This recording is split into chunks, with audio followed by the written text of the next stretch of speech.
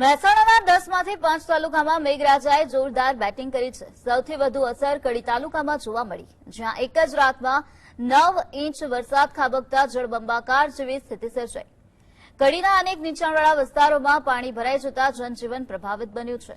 વિજાપુરમાં 3 inch, જોટાણામાં 1 inch, વિસનગરમાં અડધો inch વરસાદ નોંધાયો.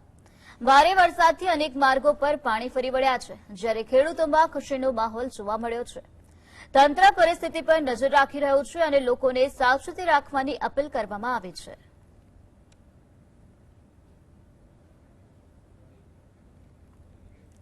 માળિયા હાથીના અને લાઠોદરા પંથકમાં સતત ત્રીજા દિવસે પણ આગ ફાટ્યું હોય તેવી પરિસ્થિતિ સર્જાઈ. ભારે વરસાદને કારણે લાઠોદરા ગામ પાસે આવેલા કાનાબાર પરિવારના સુરાપુરા દાદા શ્રી વશરામ દાદાના પવિત્ર વશરામ ધામમાં પૂરના પાણી ઘૂસી ગયા છે અને સમગ્ર ધામ પાણીમાં ગરકાવ થઈ ગયું. વશરામ ધામ અને ઉદરિયા ગણેશ વચ્ચે આવેલા વોકડામાં 4 ફૂટ પાણીનો પ્રવાહ વહેતો થતા અનેક વાહનો અને લોકો ફસાયા છે. આકાશી આફતના કારણે લાઠોદરા અને માળિયા હાથીના વચ્ચેનો વાહન વ્યવહાર સદંતર બંધ થઈ ગયો. સીમ અને વાડી વિસ્તારમાં રહેતા ગ્રામજનો મુશ્કેલીમાં મુકાતા તંત્ર એલર્ટ થયું છે.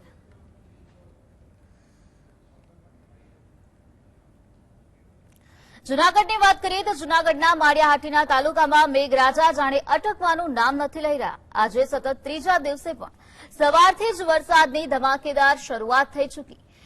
માળિયા હાથીના પંથકમાં છેલ્લા 3 દિવસથી મેઘરાજા તોફાની બેટિંગ કરી રહ્યા છે, જેને કારણે સમગ્ર તાલુકામાં અત્યાર સુધીમાં અંદાજે 10 થી 12 ઇંચ જેટલો ભારે વરસાદ ખાબકી ગયો.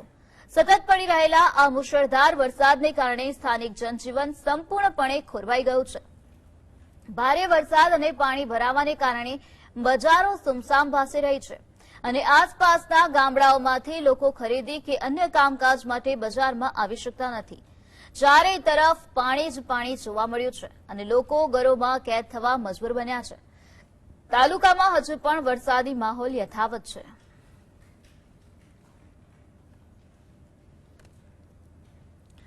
તો આ તરફ તાપીના ડોલવણ તાલુકામાં સારો વરસાદ વરસતા બામણામાળ ગામેથી પસાર થતી ઓલણ નદીમાં નવા નીરની આવક થઈ. લાંબા સમય બાદ નદીમાં પાણી વહેતા ખેડૂતો, પશુપાલકો અને નાના પાયે માછીમારી કરતા લોકોમાં ખુશીનો માહોલ જોવા મળ્યો. વરસાદી પાણીથી નદી જીવન બનતા ખેતી માટે પણ આશાનું નવું કિરણ જાગ્યું છે. સ્થાનિકોમાં આનંદની લાગણી પ્રસરી છે.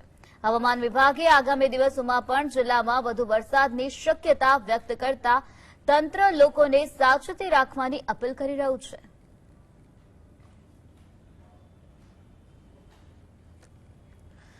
તાપીના વાલોડ તાલુકામાં સતત વરસી રહેલા વરસાદને પગલે સીમ વિસ્તારના ખેતરો પાણી થઈ ગયા છે. આકાશી ખેતી એટલે કે સંપૂર્ણપણે વરસાદ પર નિર્ભર રહેતા સ્થાનિક ખેડૂતોમાં આ મેઘમહેરથી ભારે રાહત જોવા મળી.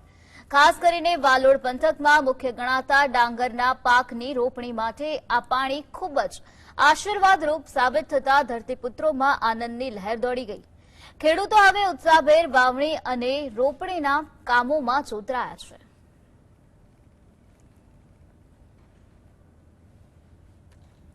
તાપીમાંથી પસાર થતા નેશનલ હાઈવે નંબર 56 પરથી સરકારી કામગીરીની પોલ ખોલતા દ્રશ્ય સામે આવ્યા. વાપીથી શામળાજીને જોડતા આ વ્યસ્ત હાઈવે પર તાજેતરમાં જ એક નવો માઇનોર બ્રિજ બનાવવામાં આવ્યો હતો, પરંતુ ચોમાસાના પહેલા જ વરસાદમાં આ કરોડોના ખર્ચે બનેલા બ્રિજની ગુણવત્તાના લીરેલીરા ઉડી ગયા છે.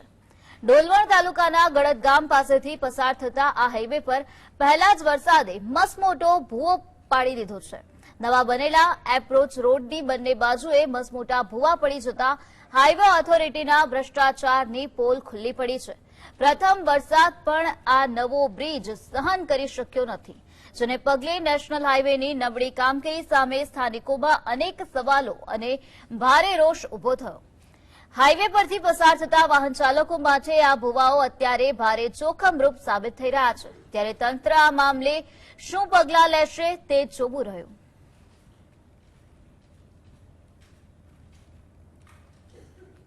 જામનગરના કાલાવડ શહેર અને તાલુકાના ગ્રામ્ય વિસ્તારોમાં વરસાદની ધમાકેદાર એન્ટ્રી થઈ છે. કાલાવડ શહેરમાં ધોધમાર વરસાદ પડતા વાતાવરણમાં ઠંડક પ્રસરી છે. તાલુકાના નિકાવા, ખરેડી, ગુંદા, મુડીલા, પાંચ દેવડા, ટોડા, જસાપર સહિત અનેક ગામોમાં પણ ભારે વરસાદ પડ્યો. ખરા સમયે વરસાદ પડતા ખેડૂતોમાં ખુશીનો માહોલ જોવા મળ્યો છે.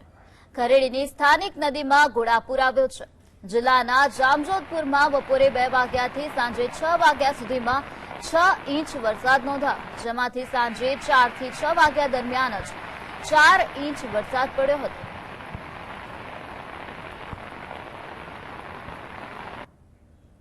રાજકોટ જિલ્લાના ઉપલેટામાં ઉપરવાસમાં પડેલા ભારે વરસાદને કારણે વેણુ ડેમ 2 પ્રથમ જ વરસાદમાં ઓવરફ્લો થયો છે. ડેમમાં નવા નીરની સતત આવક થતા તંત્રએ વેણુ ડેમ 2ના 2 દરવાજા 1 ફૂટ સુધી ખોલ્યા છે. ડેમમાંથી પાણી છોડવામાં આવતા નીચાણવાળા વિસ્તારો માટે એલર્ટ જાહેર કરવામાં આવ્યો છે. આ સાથે જ નાગબદર, નિલખા સહિત આસપાસના ગામોના લોકોને નદીના પટમાં અવરજવર ન કરવા અને સાવચેતી રાખવા તંત્ર દ્વારા સૂચના આપવામાં આવી છે.